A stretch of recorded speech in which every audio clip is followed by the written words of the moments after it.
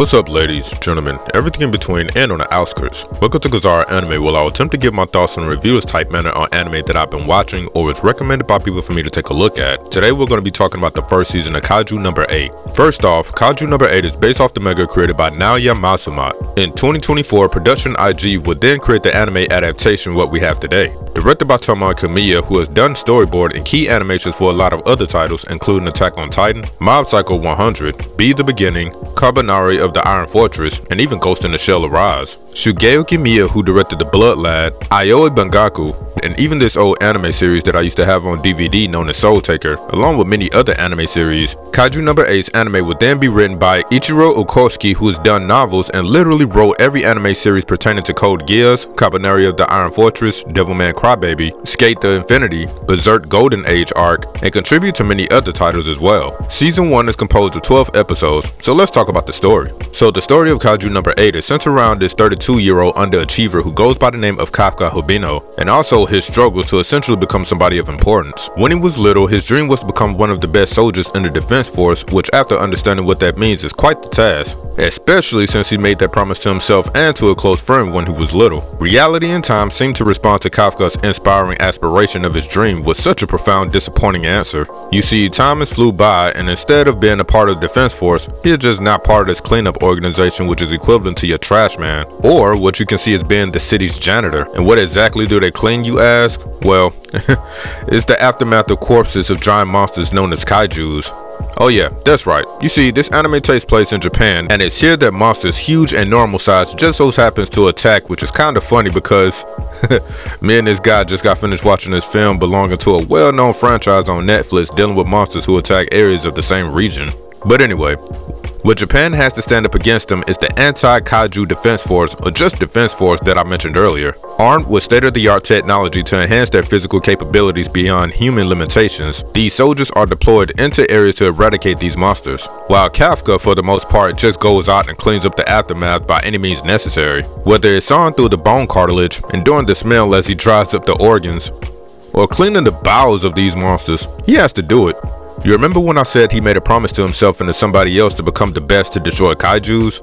Well, enter Mina Ashiro, a 27 high-ranking officer within a defense force who is highly decorated, extremely powerful, and to many others a source of inspiration to motivate others who want to aspire to be just like her. She is considered a hero to many and sort of serves as the polar opposite in regards to what both of the characters resulted into becoming over the years. Mina is well accomplished, popular, and living a life dedicated to her country. She lives in what is equivalent to a penthouse suite or better. She probably eats the best foods and lives a life worry-free of anything other than doing her job. Mina is among the upper class of society.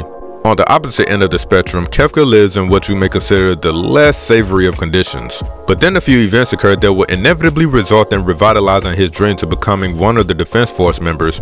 And one of those pivotal moments was meeting a guy by the name of Rino Ichikawa. This guy here is what literally lights a fire up under our main protagonist behind, and through his actions motivates him to try one more time in going into the defense force. After a few more events occur out of the ordinary, Kafka ends up finding himself becoming this all-powerful humanoid kaiju. This seems pretty awesome at first, but that only complicates things because the very organization he aspires to be in mercilessly hunts down the very same thing that he is now. So us, as the viewer, are watching his rise through the ranks and how this little situation may actually be what makes him become a hero. Along the way, of course, we meet our supporting cast, which consists of Defense Force 3rd Division, a group of soldiers who come in at the same time as our main guys. All of them possesses great potential to become great individually, but as we see, it's the maturing of these guys as a team which would then take center stage. To me, the standouts would be Kikiro Shinomiya, a young, somewhat stuck-up prodigy whose potential could possibly make her the most powerful captain one day. Not just to her skill, but also because of her upbringing, seeing as though her father is someone very important. And also one of my favorite characters, Soshiro Hashima, the vice captain of the 3rd Division. He is playful, very observative, and caring as a leader. But one word of advice, do not make him angry. Do that and you'll be looking at death incarnate. This team will be fighting off kaijus, of course, but strange things begin to unfold with the appearance of other kaijus who's like Kefka, which are very different than the typical kaijus that they face off against, and more deadlier within their behavior and mannerisms. What exactly are they after and why seems to be the question. Now, as far as the presentation goes, this anime looks awesome. The amazing spectacle is quite something to see. I mean, we're dealing with kaijus here, which is essentially synonymous with just saying big monsters. Watching these beasts get destroyed and destroy other things with so much destructive power is what I love seeing. Observing the entrails of this colossal beast being smeared all over the surrounding buildings is a visceral manner in which it's just it's amazing. The best parts to me is when Kafka goes full kaiju and decides to become a demon itself and cause mayhem for the sake of protecting others, and in one particular instance, himself. The music of Kaiju No. 8 was done by Yuta Bando, a music composer and arranger who is credited for his contributing works in anime titles such as Yuri on Ice, alongside with other animated films such as Belle, It Comes, and Pupele of Chimney Town. Kaiju No. 8's original soundtrack contains some of the most eclectic, experimental, and hard-hitting tunes that blends electronic and avant-garde with a bit of badassery mixed in. One of my favorite tracks was the Defense Force theme. This song can perfectly serve as the intro of anybody or anything that wants to make themselves look cooler than what they are, especially with the guitar coming in. As a matter of fact, punk rock and bass guitar licks can be heard on quite a number of these tracks. But then, things kinda switch up when this song entitled Kaiju Sessions comes grooving its jazzy self into my ears, with the horn taking center stage being packed with an infectious bass and piano playing. Another one of my favorite tracks is entitled The Defense Force Screening. This song has the drums of what I would imagine a marching band have. Actually, it's the percussion that takes center stage, along with this mood bass going nuts in the background. There are most certainly other fire tracks on here, but I recommend you checking it out for yourself. Links will be in the description below where you can listen to this massive 64 tracks original soundtrack. The opening theme song, Abyss, was performed by singer and songwriter Dominique Harrison, popularly known as Youngblood. This song comes in with this punk rock tune and is a bit on the dark side, with the topic geared around isolation and fighting through despair. But in contrast to this song, the ending theme, Nobody, is this uplifting and fun, energetic vibe centered around loving and caring for somebody. It is performed by the world famous and arguably iconic band, the one and only One Republic. Overall, I thoroughly enjoyed this season of Kaiju No. 8. It was funny, action-packed, and really shed light on concepts I'm sure are relatable to anybody who believes that their age might not be a determining factor for one to try and make their dreams come true. Kefka embodies this so well, and that even in his character, he never allows his ego to get the better of him. This is shown during the many times he had to endure the wisecracking insults of his peers, embarrassment of his ranking and assessment, which only on paper equates to him being rather pathetic, but regardless of it all, he still maintained his positive outlook on things. However, his level of maturity is what makes him to be a hero and maintains this sense of humanity. His comrades most certainly serves as his support group to anchor him and keep him grounded. Without them, I would have hated to be humanity if that kaiju side of him was to ever be unleashed and unhinged. Do you know the level of destruction that would befall everybody?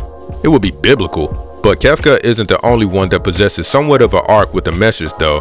Kikuro Shinoyama and her relationship with her father is something that the plot takes some time to give its attention to. Since her introduction, she has this personality of a brat, and due to her background, we as the viewer begin to understand why she pushes herself to the limits. The reason being is simply peer pressure.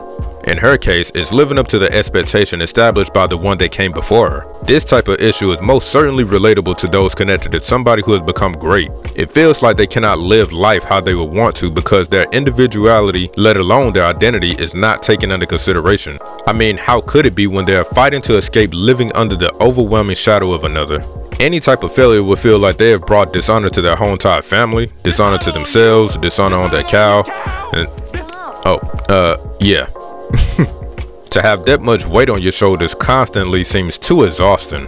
Soshiro Hashina is another example of how, regardless of what others may deem outdated, antiquated, useless, can actually be the very thing that will make you legendary, more useful than anything, and authentically unique, turning what one may believe to be a liability and weakness into a major asset and source of strength.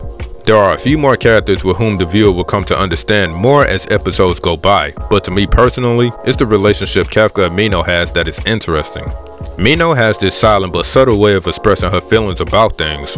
It's almost as if it's held captive within her professionalism, not to mention that the position that she has somewhat feels as if she's held prisoner by it. However, in the most pivotal times, how she feels peeks her head out every now and then publicly, but mostly behind the scenes.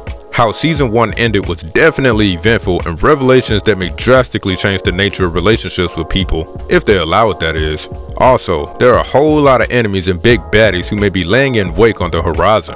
During the time of this review, you can watch Kaiju No. 8 via the subscription-based service Crunchyroll. There's also a film entitled Mission Recon, which will kind of be a recap of season 1 with some exclusive footage not in the original series. And not too long after that, we will be having season 2, and can't wait for that one. But until next time, peace.